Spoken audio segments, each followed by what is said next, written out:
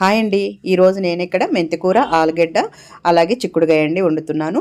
Oil వేసి oil వేడైన తర్వాత ఒక ఉల్లిపాయ, 2, 3 పచ్చిమిరపకాయలు ఇట్లా ఫ్రై చేసుకున్నానండి ఆయిల్లో. తర్వాత అల్లం వెల్లిపాయ పేస్ట్ అండి రోట్లో దంచుకొని అల్లం వెల్లిపాయ పేస్ట్ కూడా చక్కగా ఫ్రై అయ్యేలాగా ఫ్రై చేసుకున్నాను. ఆ తర్వాత 2 మెంతికూర కట్టలండి ఇట్లా వేసి అది కూడా పచ్చివాసన పోయేలాగా బాగా ఫ్రై చేసుకున్నాను. తర్వాత ఒక బంగాళదుంప వేసానండి, చూసారు కదా, ఒక ఆలుగడ్డ వేసాను, అలాగే చిక్కుడుకాయ కూడా వేసి నూనెలో బాగా ఫ్రై చేసుకున్నాను అనమాట. ఈ విధంగా సిమ్లీకి హైకి మధ్యలో పెట్టి ఫ్రై చేసుకోవాలండి. తర్వాత 2 టమాటాలు వేసాను.